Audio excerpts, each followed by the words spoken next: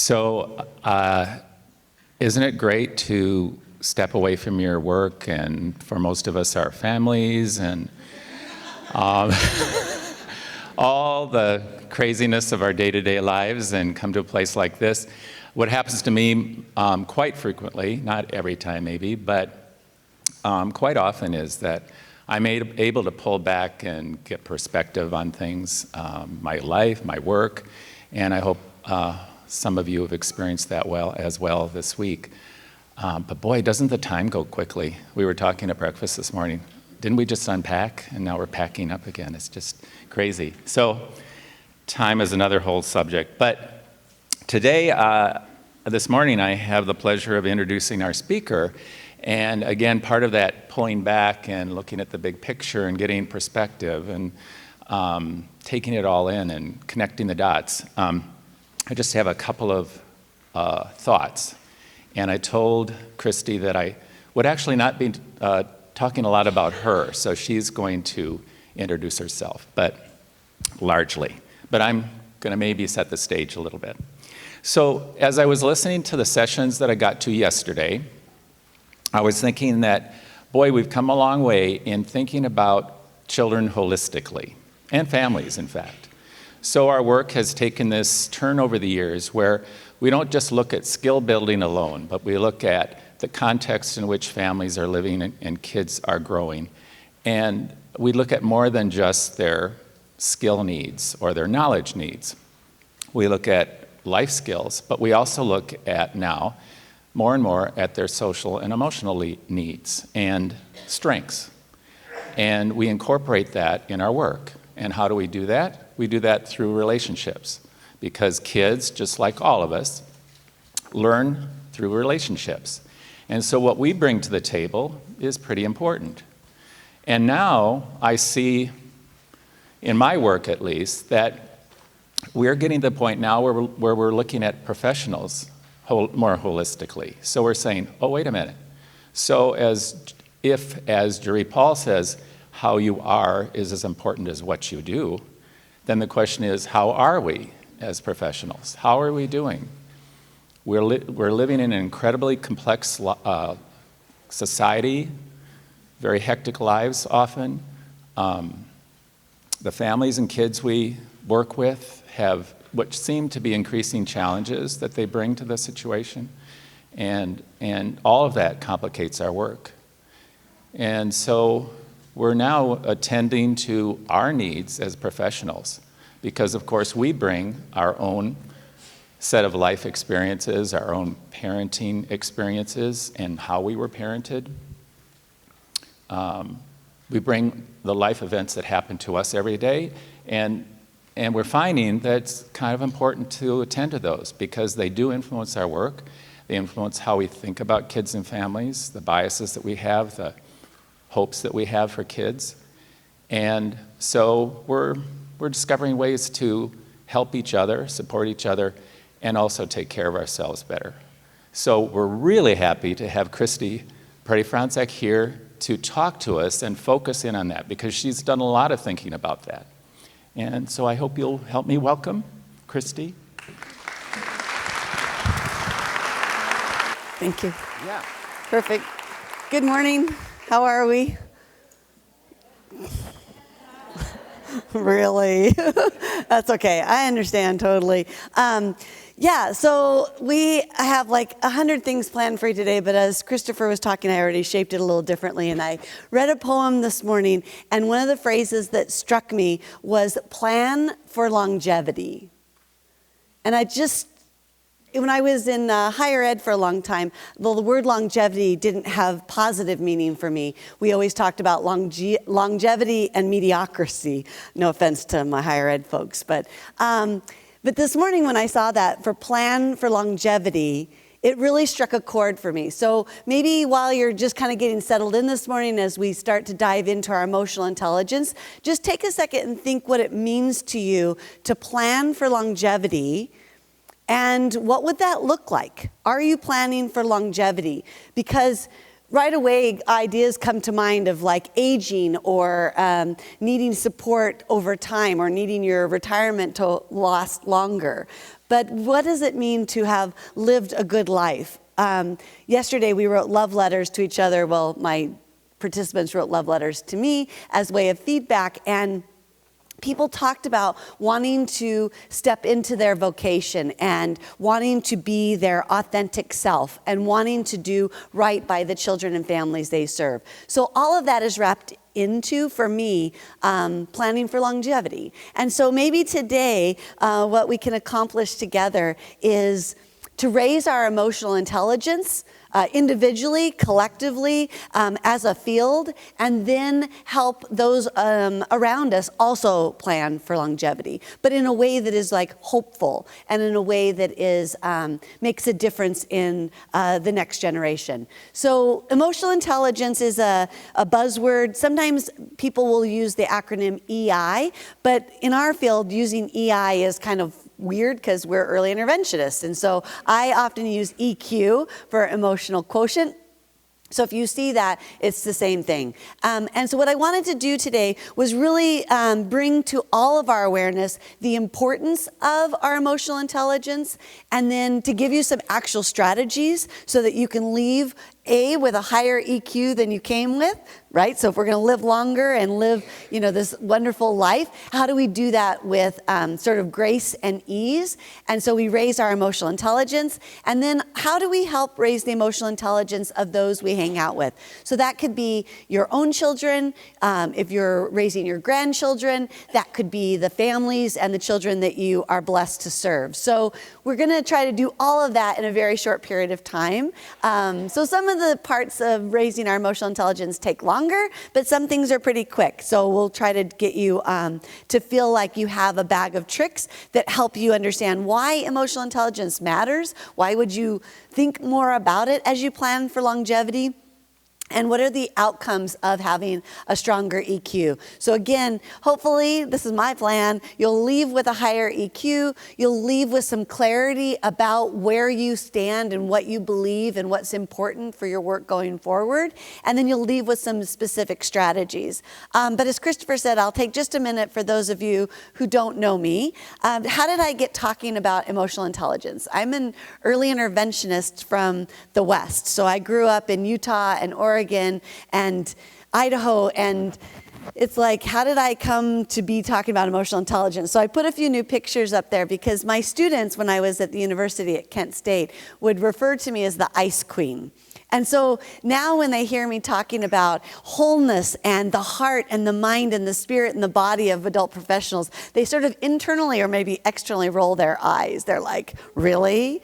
Kristie knows about wholeness? Because all from their perception, and they're not really that wrong, but when I was faculty, what I cared about was their prefrontal cortex / vita. So a vita is like a resume. I wanted to build that vita. I wanted them to have the most skills, the most knowledge, the most things that could be published. That's what I cared about. And, oftentimes I worked with young women who had to come and tell me that they were going to have a baby. And I would, not so internally, roll my eyes again. Right there's the name of the ice queen, because it's like, really? Come on, girls, where's your Vita? How are you going to do that with a kid, right? And so they look at me like, how did I suddenly decide that, I need to look at the wholeness of that adult and understand their context and celebrate all parts of who they are, not just the Vita that they're building. So I put the picture of the ice queen, but I found a pretty one that I thought, well, if I'm going to be an ice queen, I'm certainly going to have a cool outfit and, a tiara. So the other part down here is, you can't really see it very well, but it's holding a brain, but it says creativity. So it's really about now thinking about holding that brain that I was so worried about of my doctoral students, but it's in my hands. So it's not just in my hands, but that means it's in my heart. And I need to care about that wholeness of that person that I'm holding, their brain in my hands. We also often think about helping children. So I was in Spain a couple of weeks ago, and helping this little toddler walk across. No problem, no hesitation. You don't have to ask me even blink an eye. I see a little kid, I'm like there to help. But with adults, I'm like, buck up, cupcake, you can do it on your own. Like, why did I draw this line in the sand and go, well, if you're a toddler, I'm there, but you're 22, sorry, right? So I've really been on this journey to say, why did I have this two life system, this bifurcation of like, for children, yes, or like, you guys do this too, especially in classrooms or center-based programs, but moms and dads know this with their children. There's a time period in the fall where you will wipe noses and you will, I try to be Britney Spears, but, well, maybe not Britney, but maybe Alicia Keys. Yeah, that's better. Sorry, my hair is not cooperating. They make these for people with big heads, and so evidently I don't have one. So anyway, and I forgot what I was telling you a story about. Does anybody remember? Yeah, thank you. I'm glad somebody was listening, because I clearly wasn't. Okay, so wiping noses, yeah, you remember, like, yes, I do that all the time. You got a strategy for that? So we, in the fall, when new children come into a center-based program or into a classroom, we will help you, get your in and out of your gear. We will help you wipe your nose. We will help you, I'll take my glasses off. Let's just have one apparatus at a time. Goodness. You'd think I'd never done this before. Christopher, I've got your glasses up here, so we don't want to mix those up. All right. And you'll help them open their milk cartons and their goldfish bags, but then there's this date, and you can all watch it this fall. It's usually about October 15th. By October 15th, you're like, do it yourself, buck up, cupcake, right? And so if I go into a classroom and I'm like October 16th, the little kid looks at me like with their goldfish bag, I'm like, sure, I'll help them. And the teacher's like, no, it's October 16th, they can do it themselves. I'm like, okay, sorry, kid, it says easy to open, but I know it's really not, but I'm not allowed to help you. But there's a sort of line in the sand that we draw with people all the time. Like in our house, you could be sick for maybe 3 days if you got lucky, but usually it was about 3 hours. And then you were supposed to be cured and back at school. So everybody has these like limits of what they can do. And so what I've really found over time is that I have to broaden my line in the sand. I have to understand that maybe that child that was in that classroom, that was their first day. So maybe they, other children had been modeled and taught about and helped and scaffolded. But for this child, it was their very first day. So even though the line in the sand was October 16th, I still needed to be there. So I'm going to switch this out for the handheld. Do you know where you put it? You gave it to this. Maybe if y'all come down where my posse is, I'll take the handheld if you can. If you can't, don't worry about it. So we're going to talk about how to manage change, especially when it's so complex. And we're going to think about adults, not just children, but there's these parallel tracks that we're walking. So when we think about change, and some of you have seen this image before. Sorry, I don't mean to be distracting, but it's like won't stay on at all. And it was,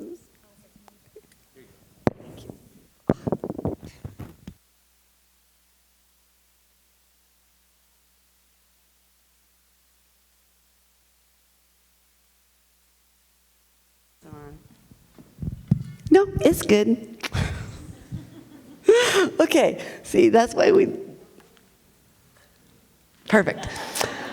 So, change is really complex. And so if you've seen this image before, and even if you can't read it from where you are, no problem. What you see is there's these columns. And the idea is that when you have all these columns, especially across the top row, you get change. And many of us in our lives, we are trying to get other adults to change their behavior. We talk about this all the time, about getting people to drink their Kool-Aid. And so if that's any part of your job, you're a coach, an early interventionist, you're a classroom consultant, a therapist, a PDF, a supervisor, a faculty person, an advisor. There's lots and lots of reasons that we're trying to get other adults. Many of us thought we went into this profession to help children, and then all of a sudden we're working with adults, and we're like, what is with this, right? So all the more reason we need a strong EQ. And so what this shows is that there are these black boxes that show that there's something missing. And when there's something missing, that hole, you get a different outcome. So let's say the first column is vision. If you're missing your vision, what you get is is confusion as the outcome. If you're missing the second column, which is skills, what you get is anxiety. What a lot of you all face is resistance. Anybody have somebody that's resistant to an idea? Just perhaps. Don't look at your neighbor. It's of course not them. But why do we have so much resistance? Or why are we resistant? Like even this morning, I was resistant to the crew. They're like, well, we had to do all these things with the computer, but it was in my head how it was going to be, and it wasn't that. And I'm like, I could feel myself having an attitude. I'm like, why am I having an attitude? Why am I resistant? And so there's all these things that are happening internally, and we can never know what's going on for another person. What is causing them to do one of those things? It just gets annoying because we're like, come on, right? Buck up, cupcake. So I thought quickly before we talk about how age, and then certainly the last column, what I've done is I've added EQ, that if you don't have a high emotional intelligence, then the outcome is kind of wonky. That you might get some sort of change, but it comes and goes. Like, I thought we were doing this with fidelity, or I thought you were my biggest champion, and now all of a sudden they're the greatest resistor, and you're like, what happened? So it doesn't it's not static. So, but I wanted to talk a little quickly about incentives because it came up yesterday, and I thought you guys might find it useful. If you need help finding any of the resources that I'm going to refer to now or in a few minutes, they're on a special landing page, but you can get to it through the Canvas website, the learning management system for the conference, and then you find Canvas, Day 2, Keynote, EQ, and you'll find my landing page, which is pre-K teach and play and stuff. Or you can just grab me and or any of the facilitators, and we'll help you. But there's a whole blog link that I put there on what are incentives. Because if you look at that change process as we're making our way over to EQ, the third column are incentives. And people often think, well, I can't give people a raise. That's not within my pay grade.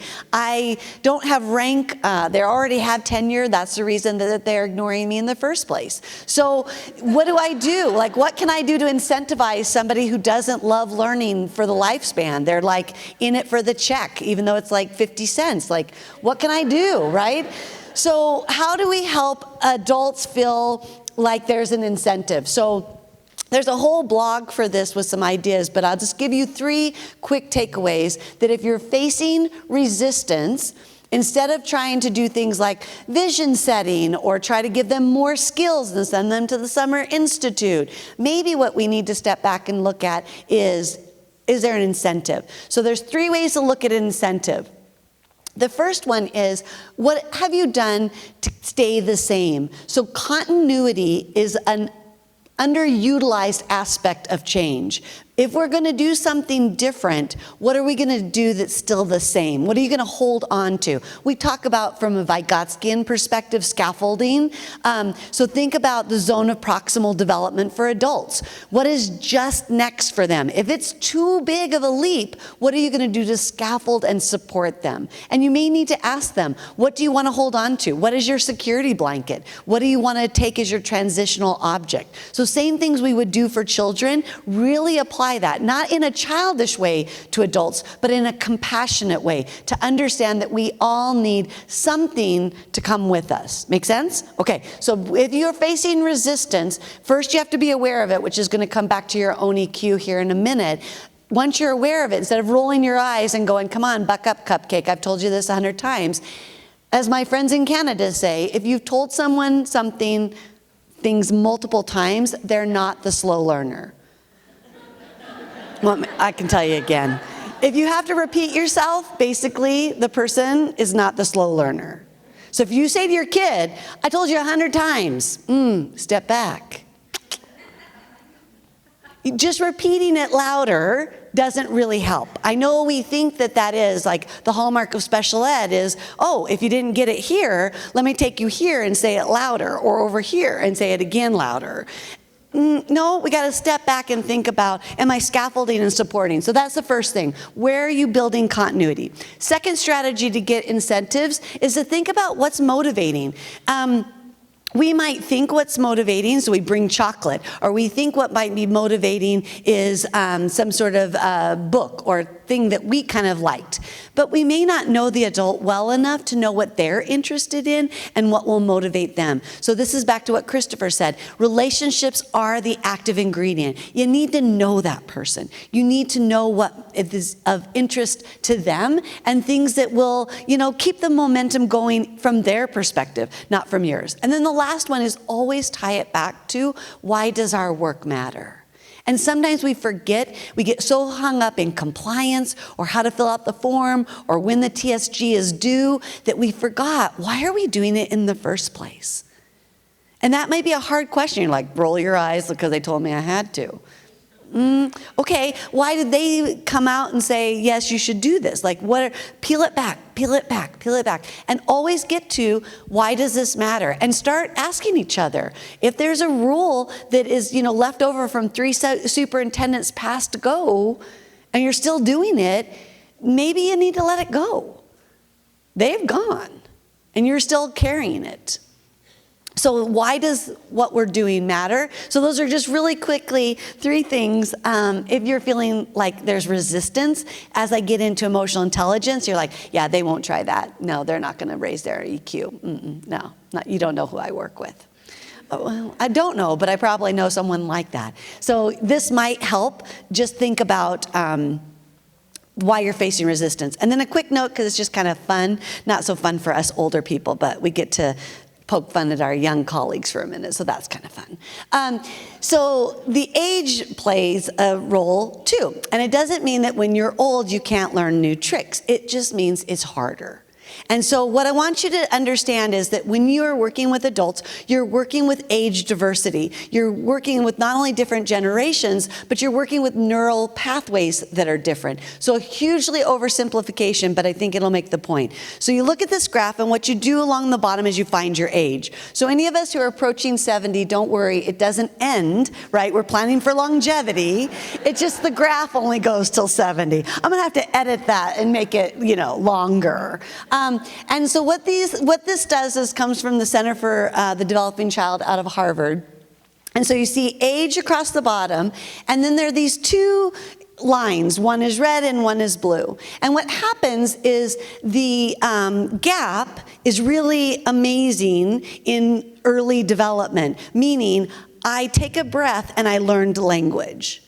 There was very little effort in the human body, if everything is neurotypical, to learn anything. So it's saying red line is the sort of learning curve. And so like, boom, I learned a ton of stuff. And the blue line is showing how much physiological effort, how much effort did that baby have to put into it? Does she have to download Duolingo and practice it 15 times a day just to say bonita well? No, she just hung out in her family and learned Spanish, right? So now you get older and older and older and older, and how much physiological effort for how much return. So now the gap is opposite. Very little learning, hola, took 6 weeks. You see? So that happens across, not just learning languages, but just anything you want to do, any habit you want to reframe, any skill you want to pick up, anything you want to do differently is going to take more physiological effort the older you are. I know, right? It's like that explains a lot. Say, I thought you were going to make fun of young people, Kristie. Well, the kicker is, while learning comes easier, they have a lower EQ. So we need emotional intelligence, but it takes years and years and years for our emotional intelligence to develop. And so now we look into the early 20s, 21, 22, 23, 24, 25. I would do it in Spanish if I could, but I'm not there yet. And so when you think about that and you have students or colleagues or parents who are younger than 25, they have this prefrontal cortex that is still developing. And so their emotional intelligence, so Dan Siegel uses the hand for the brain. And so this is your brain stem, this is Middle Earth, or he doesn't call it that, I do, or the amygdala, because that's hard to say, and that's your prefrontal cortex. And so the younger you are, the more often your prefrontal cortex likes to go, bloom. They call it flipping your lid. Bloom. It just does that. It's just growing, trying to figure out how to stay down. The older you are, the more you can go, oh, it's okay. Oh, no, not yet. And then somebody, October 15th, boom, open up your own carton. Okay? So we all have this ability to flip it, but the older we are, the more conscious control we have of keeping it intact. But sometimes we keep it intact by being resistant. So we purposefully, I don't say anything nasty, I don't say it to your face, but I'm thinking it and I'll do it behind your back. So there's still this like little bit of naughtiness that we can do, but it's a conscious thought. It's a conscious control. So in that instance, we need people to then realize that they're older, so they should know better, but they may not have the emotional intelligence to react in a way that is socially appropriate. So let me kind of bring this all back around. So also from Dan Siegel and Tina Payne Bryson, this is one of my favorite books, The Yes Brain. The reason I like Dan Siegel and Tina's work so well is they, do other people know their work? The Whole Brain Child, No Drama Discipline are a couple of their books. They're written for parents, and so you don't have to be a neuroscientist to understand flipping your lid. Like, oh, I get that. Right? I can use my hand to describe this complex brain. Sure, it's an oversimplification, but it's scaffolding. It's helping me understand what's going on in children and colleagues and families. And so when we think about what's going on in this flipping or holding it down, the research shows us time and time again is that we really have less conscious control than we think. We have really less conscious control over most things than we think because the brain is brilliant. The brain is like, hey, what can I put on autopilot so you don't have to worry about it? And so your whole life, it's trying to look, what can I take over? What can I take over without involving you? So how many of you remember eating breakfast this morning? And some of you that remember, is it because it was novel? Or were you really mindful and present? Sometimes when it's novel, you had to like think about where's the great hall? Where will I sit? Do I have anybody to sit with? What's in this food? Can I eat this? When you're at home and it's part of your routine, how many of you remember eating breakfast? A couple of you, right?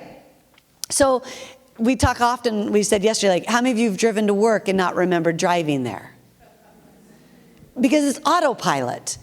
And then you're like, did I brush my teeth? You have to really think about things sometimes. When it's novel, your brain's like, oh, pay more attention, let me look. But when it's not, when it's a habit, we just slip right in. So the argument, and I want you to read this with me and decide as you hear it or read it, how much you agree with it. So, rarely is a choice made about which state to be in. Not geographical state, but emotional state. The nervous system automatically determines which response seems most adaptive, not appropriate, adaptive for the situation based upon many factors. So the situation, I'm a little kid, other kids playing with the blocks, my brain says, you want that block? Grab it. It doesn't consult with me. It doesn't say, will your teacher appreciate you grabbing that block right now? Has she told you different things to do in the past that you should do when you want a toy? Nope. It's these toy grabs toy, like faster than that. And so this idea of, well, how did that happen? The brain is so fast and so amazing that it took what was happening right then. Other kid has my favorite block. My memory, he doesn't give it up willingly. And he takes really long turns. I know I get a turn, but it's a really long time. And my innate temperament, which is like, I don't wait for anybody. So take all that together, grab block. Make sense? Okay, so sometimes we look at this and we go, yeah, I understand that with kids. It's, they don't have impulse control yet. I get it. We're practicing that. On October 16th, we'll have it. Don't worry. Well, not really. It's a lifespan thing. We all have to. How many of you at lunch yesterday were like, oh, I'll take a little of that. I'll take a little of that. And all of a sudden it was like, whoa, how did I end up with all that? Oh, and then you saw people with ice cream. Did you do it? Right? And how many of you didn't even think twice? You're like, oh yes, I'm going. Started at the ice cream. Like, screw all this. We're just having ice cream. And how many of you are like, oh, later, I shouldn't have had the ice cream. Right? This is because sometimes we have conscious control and sometimes we just eat the ice cream. And so all of this happens without our conscious involvement, without our permission oftentimes. So this resistance that we get with adults, this resistance that we see in ourselves, the behaviors that we see in children are oftentimes not a conscious choice, even though it looks like it, and even though it's past October 15th, and even though they're older than 25. In humans, oftentimes what you see as the behavior is not a conscious choice. It's a reaction to the current situation, their memory, and their innate temperament. And so our job is to see the child behind the behavior, and in this case, to see the adult behind the behavior. This is much, much easier with younger children and children that aren't yours. Okay? Even kids on your caseload. You'll see other kids and you're like, oh, that's really hard. Let me help you. Your kid on your caseload, hey, we did that yesterday. You know better. So there's this weird thing that goes on that we sort of decide for people when they should be acting a different way. And our job is to raise our emotional intelligence so we can start to see the person behind the behavior and not label it. So one of the things I try to say now is that the person, the child or the adult, because I work with a lot of adults, has behaviors that are challenging me versus a child with challenging behaviors.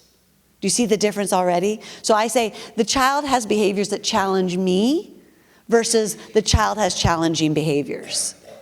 I also try to get rid of the kicker, the writer, the screamer, the biter, the runner, all those labels. Same with adults.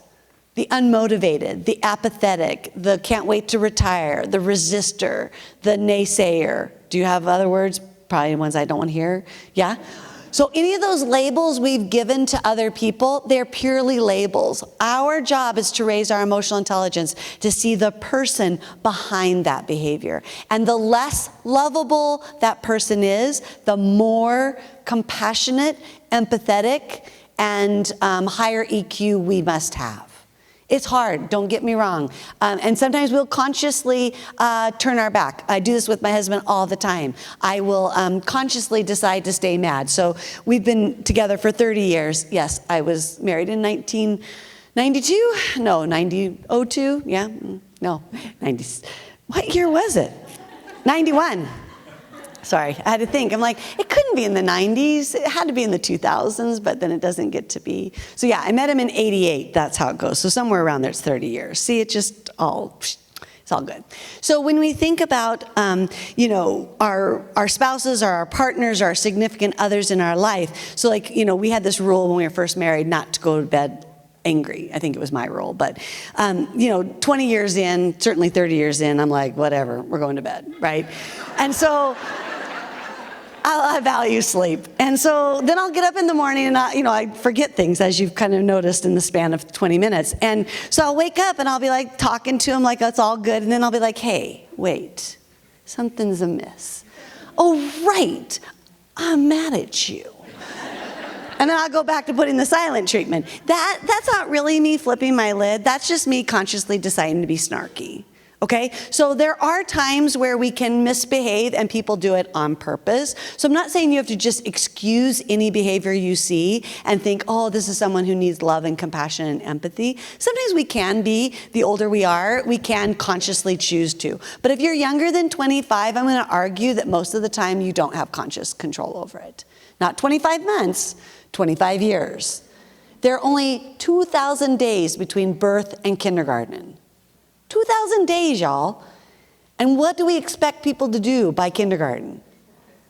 Oh, too much. Okay? So we've got to step back and think about how are we actually building their emotional intelligence. So in your handouts, one was printed for you, so it's somewhere in your folders. Maybe it's in your trunk of your car. In Canvas, on the landing page, there are links to an emotional intelligence quiz. So I'm going to pause for a minute because I know many of you took the quiz yesterday, or some of you are going to look around for it, either online or in your packets. I want you to just talk to each other for a minute. We're kind of short on time, so I'll do the gong in just a minute. But what have you taken away already this morning about the importance of emotional intelligence, and then how high is your EQ? And then I'm going to give you a few strategies to raise your EQ. So if you don't have yours, look at somebody else's and go, hey, how's your EQ? And talk about where were you strong? Where could you grow more? And if you need some help finding the quiz, let us know.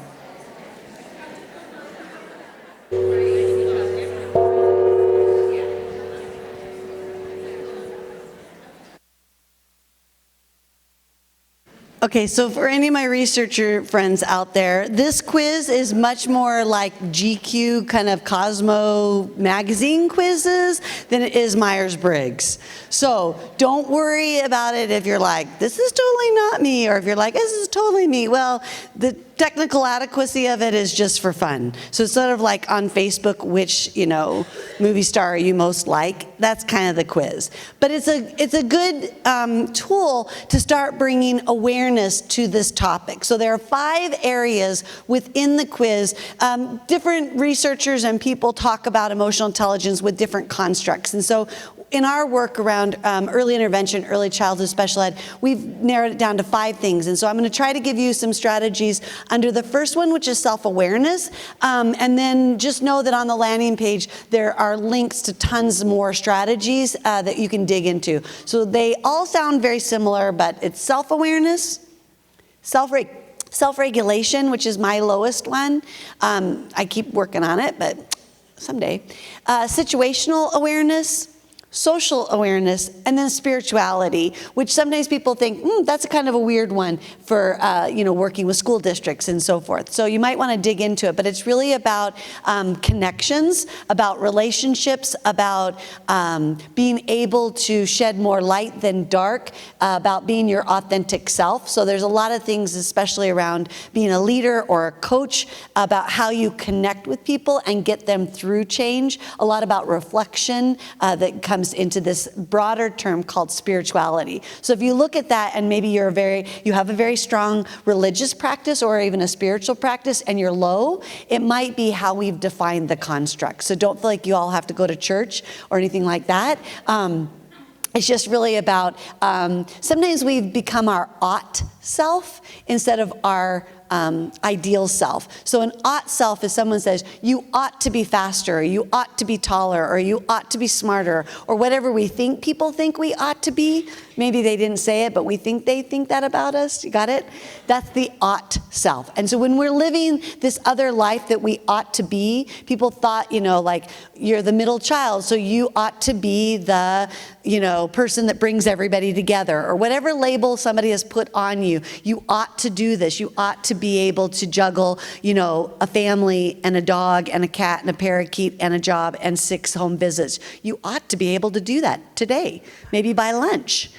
That's the ought self. And so if you're paralyzed by a lot of that, you might be lower on spirituality, okay? So a couple of quick strategies for self-awareness. Really the way to look at this is, what are your strengths and when do you do things? What are your triggers to make your lid flip? That's the basics of self-awareness, is to be aware of when are you your best self, your strengths, your gifts, your talents, the light in the world, and when do you flip your lid even though you didn't want to. Make sense? So we call that the triggers. Being aware of the triggers, sometimes we talk about it being your shark music.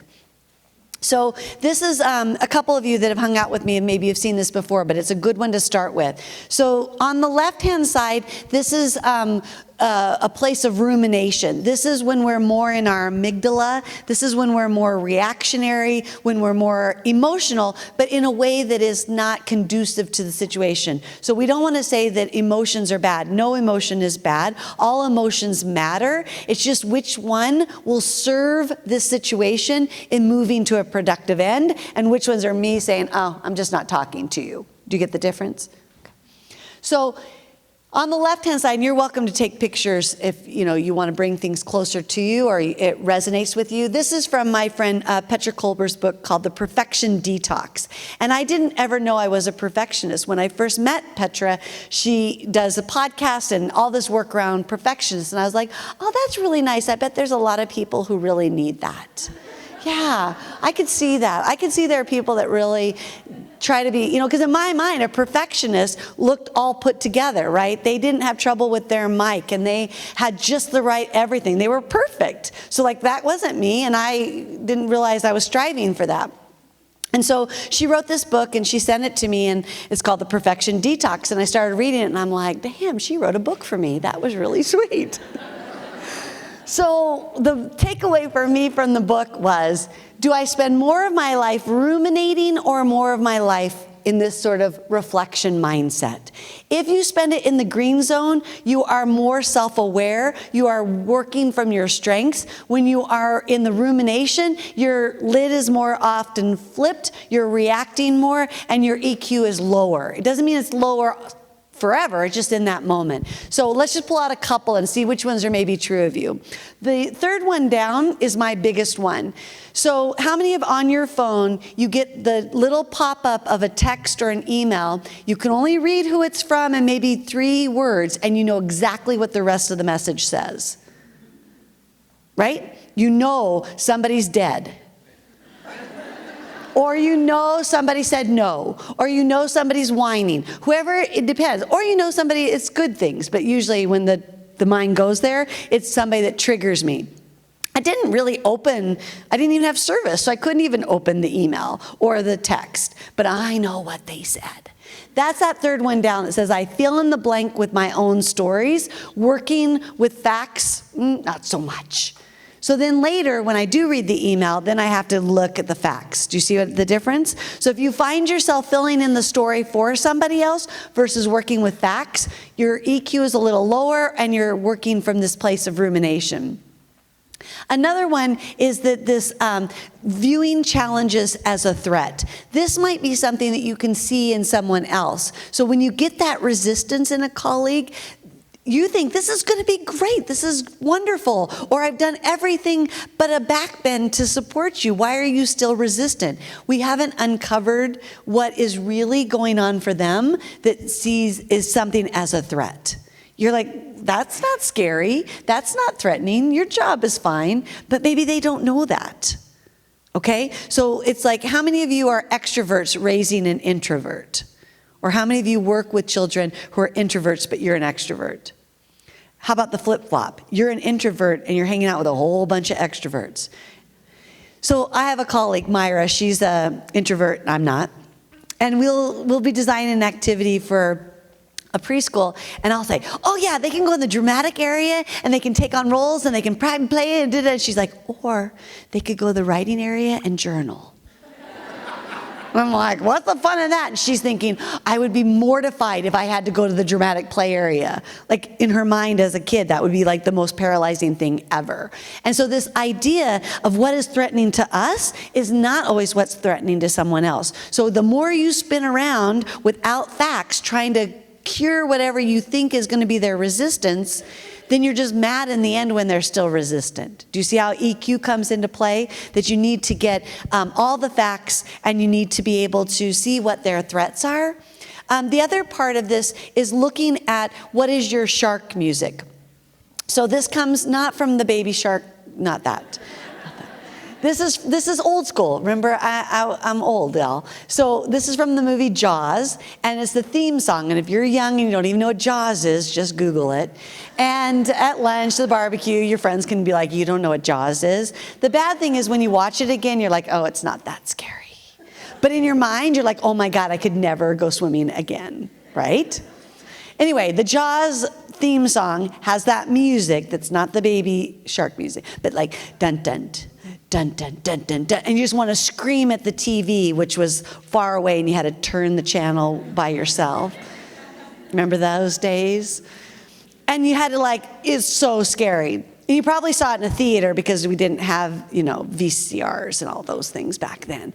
And it was like big screen, and it would look like a real shark. And that's shark music. It's when you flip your lid. And many of us aren't always aware of what our trigger is. Sometimes we are. Like we might know a certain person or certain circumstance, and that's why when that pop up on my phone from that person, I know they trigger me, or I know that situation triggers me, or I know waiting for that response is a trigger.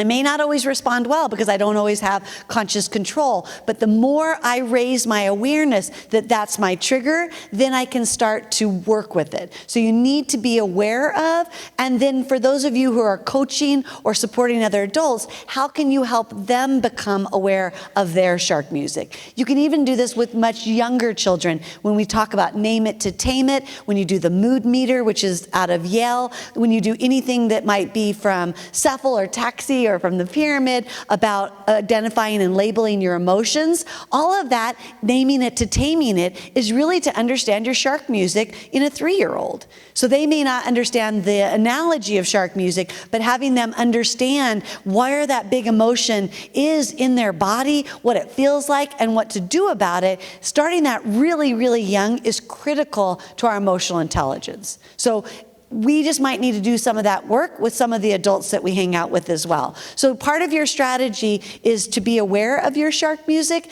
and part of it is to also think about what your strengths are to help you overcome that. So let me give you one last tip. I'm watching the time here, and I know we need to move on to our fabulous sessions. This one I just added real quickly because my colleagues yesterday said that it resonated with them. So the link to this is on the landing page. If you have trouble accessing anything ever, just reach out to me and I'll help you find it. But one way that we can be strength-based in our work and raise the emotional intelligence and focus on emotional intelligence is the vocabulary that we use. And so this is a little bit of a stretch, but I wanted to give you something very practical that didn't sound like therapy. So sometimes when we talk about raising emotional intelligence, people are like, this sounds like I need counseling. And well, you might, but that's another story, right? And so we think about looking at your emotional intelligence as discovery versus recovery. And so it's really about discovering, what are my strengths? What are my triggers? Where am I shedding more light than dark? What can I do to raise my emotional intelligence and those around me? But in a very practical day-to-day work, it's the words that we use. So just like I shared with you that I'm trying to change my vocabulary and say, these are behaviors that challenge me versus this person has challenging behaviors, or this child has challenging behaviors, or I'm going to go observe a child with challenging behaviors, reshape, reframe, is affirmative vocabulary. So along the sides, instead of using the word delayed, instead of using the word low performing, instead of using the word high needs, how many of you are like, well, what else is there?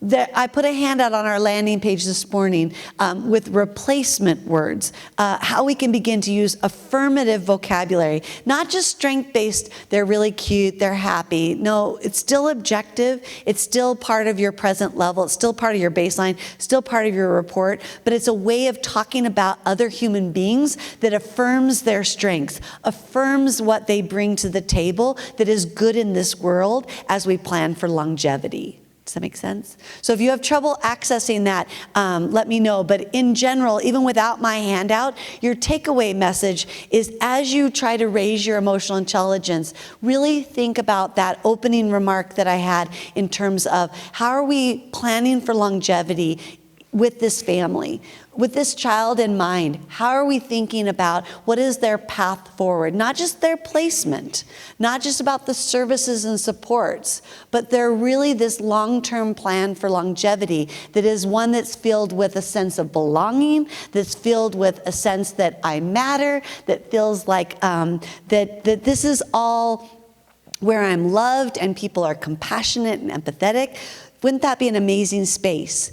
So where you're with your colleagues, if you're in a cubicle, if you're driving from house to house, each day, think about, what am I doing that's raising my emotional intelligence so that I'm living and planning for longevity, but am I using affirmative vocabulary that really shares with people that the work that we do matters? All right. So I wish each of you a life full of longevity. And in the short term, I hope you have a fabulous morning, rest of your session, and barbecue this afternoon, and safe travels home. So thank you.